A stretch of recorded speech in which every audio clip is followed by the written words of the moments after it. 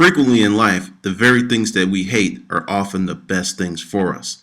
When you have the strength of conviction and the heart to bear the pain, you can come through the other side. Hey, this is Glendon with the Monday Morning Pep Talk. This one's going to be a little different. It's titled The Other Side. We have a lot of people who are really jumping in the storage auction game, and with that comes a very quick level of despondency. It's like, hey, I went out, I bought 2 units, I bought 3 units, I didn't make any money, and I'm going to tell you, that's just fine. That's the way it's supposed to be. Because this is what happens to people who are successful immediately. They take it for granted and start doing dumb shit, and next thing you know, they're back where they were. This is going to be part of my story. Because when you are down and out, when things aren't going your way, there's a tendency to throw yourself a pity party. There's a tendency to look outside yourself for the reasons things are the way that they are in your life. And what you're missing is a wonderful opportunity for growth. I went through a lot of stuff from, being homeless for a short period of time to moving into a boarding house where my roommates were crackheads and some very strange ass people. That lasted for 2 years. It was just a lot of bad stuff. I had to work 2 full-time jobs for 6 months to generate enough money, because these were low-paying jobs, very low-paying jobs, but to generate enough money for me to pay my bills and then save enough money to get the hell out of there. I mean, so many things were wrong. And for many, many years, when things would get bad in my life, I would go to the West End and I would go to that house and I'd park my car and I'd stand across the street. And I was like, okay, you were living in there with crackheads. There was my first night in, 2 really defining moments happened. I was in my room and I heard a knock at the window. It's like tap, tap, tap. And it's like, I didn't answer it. And then this voice, it was a female voice, Will, and tap, tap, tap. And I was like, Will doesn't live here anymore. Then there was a pause, then, what your name is? And essentially, I later found out it was a crackhead that used to service Will. I was like, shit, that was one experience. Later on, that same evening, I'm in the shower.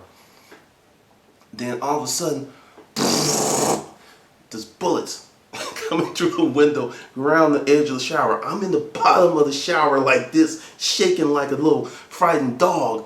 Like, what the hell? And there was these drug dealers that would get into it with the Muslims, who kind of it was like a little war amongst maybe 12 blocks. I was like, wow, like, this is where I've ended up. This is where I'm at. So life goes on, and I go through this period, which I think is horror, which I think is like the most terrible thing in the world. And one day, I was standing across the street from that house, just looking at it. And I started to build perspective. When you go through something that's very difficult, very challenging, and you come out on the other side, you come out transformed. You come out a different person. And part of coming out on the other side is a lot of pain.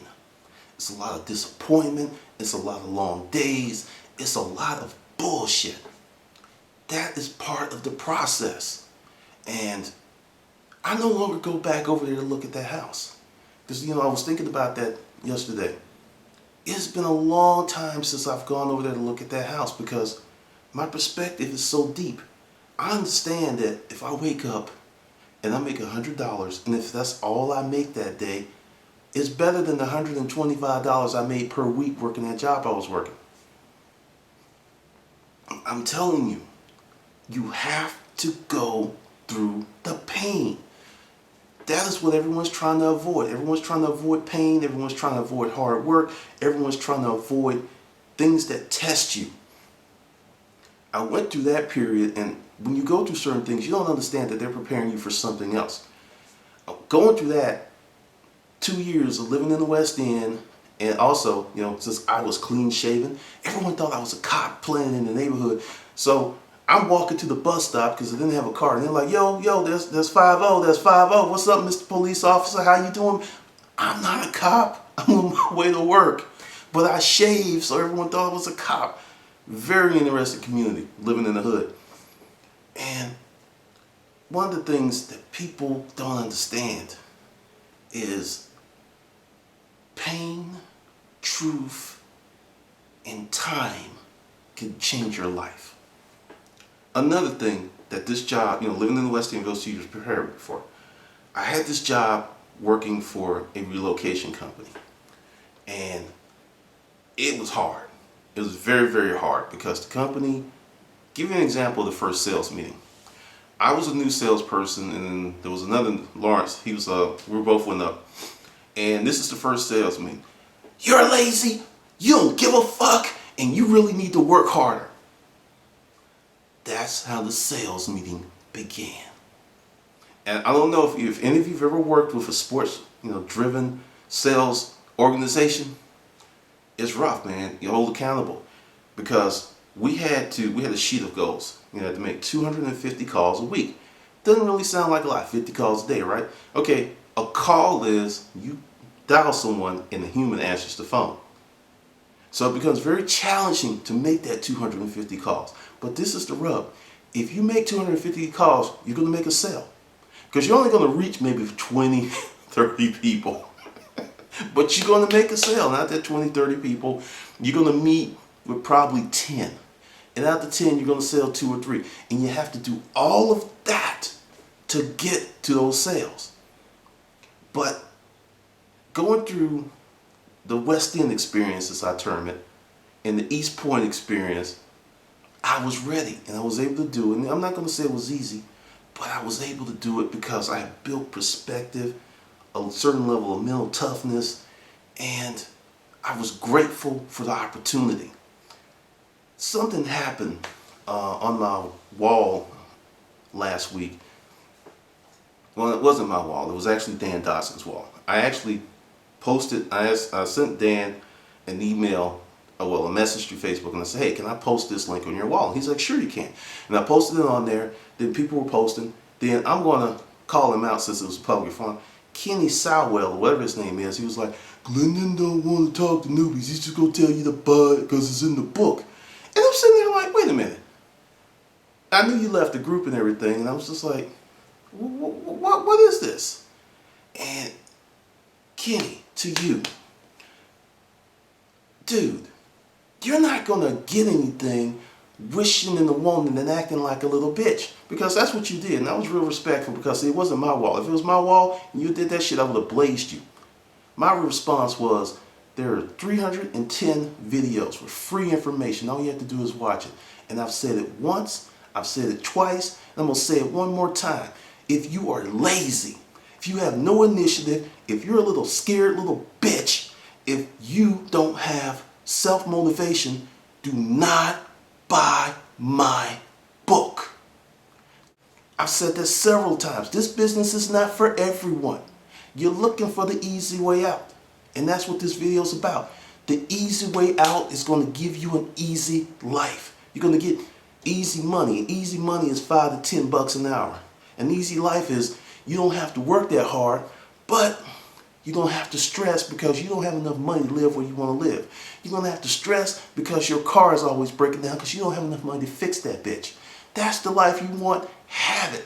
But for the other folks who are listening to this video, if you want a better life, if you want to do something different, if you want to be better than you were before, go through the pain of becoming a different person. Because if you're unhappy with who you are right now, that's a reason. And the reason is all the decisions that you made from this point on back. That's why you are where you are. It's up here. This is how it happened. And if you want to be like Kenny, 6 months in, acting like a scared little bitch, looking for free information because you don't have the heart to get out there and fight like a lion, you don't have the heart to go through the pain, or you are really so cheap that you won't spend $3.99 for an ebook, failure is something that you should embrace because that's going to be your life. If that's the life that you want, so be it. But please, for those of us who are running for success, I don't want to hear you whining. I don't want to hear you crying. I'm too busy working hard, creating the life that I want to live, and sharing that information with people who want to change their circumstances. They don't have time for that. Many of you have noticed that I don't really get into it with people as much as I used to because essentially I'm elevating idiots.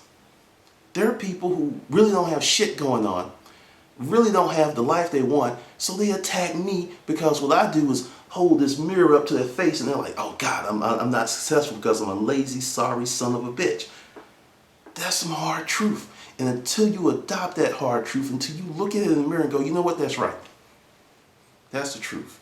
But you know what, I'm better than that. I'm going to facilitate change. But as long as you keep looking for the easy way out, wishing and expecting that somebody that you don't even know is going to give you great and wonderful information because you had the audacity to want it. There's this video on YouTube, and I don't agree with everything, but I do agree until you want success at a high level, it's not coming to your house. It's not coming. You need to have a very high level of attraction for success to come in your life. Sitting on your ass, hanging out in your house, commiserating with your friends, times are hard, I don't know, man. And this whole Occupy Wall Street movement, I appreciate their effort. I appreciate them getting off their ass and doing something, but the shit's unfocused. Because number one, capitalism is not going anywhere. It's not going anywhere. You're going to try to undo centuries of an economic system. It's not happening. It's not happening. But here's a hint. I sense your dissatisfaction. I know why you're pissed. Take that same energy and start building something for you. Stop looking for someone to give you something.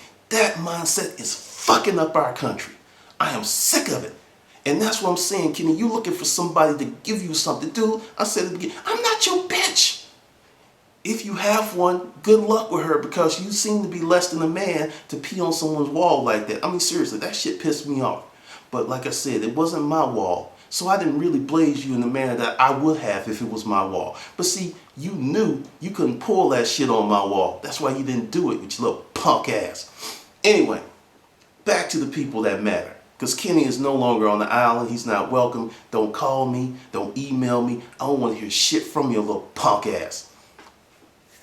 That felt good. Got that off my chest.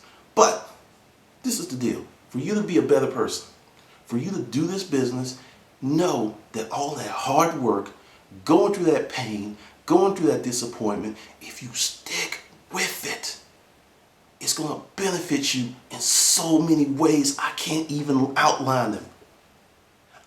Go living in the West End, living with the crackheads, going through that awful 2-year period and being homeless and going through made me the person that I am today. All that hard work. You know, what you do in the past will predicate your future. I'm serious, it will. Because, and not in ways you think, because you know, we look at, I do X and I'm going to get Z. It's not that type of math. The world works is the more you put out, the more you get back. But how it comes back, it's not up to you. So to you, anybody that's listening to this video, if you want to be in the storage auction business or you want to start a business, get off your ass and do it and stop being afraid to fail. You're going to fail. It's going to happen. You're going to make mistakes. You're going to fuck up. But that's the grace and beauty of life. You do that. You go through that fire. You go through that pain. And when you come through the other side, you're going to be a different person. You're going to be better, stronger, wiser, more calm. I have gone through hell in my life. And I am grateful for the pain.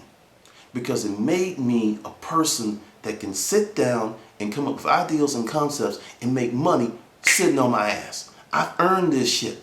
That's why my products are so fucking expensive. Because I earned it.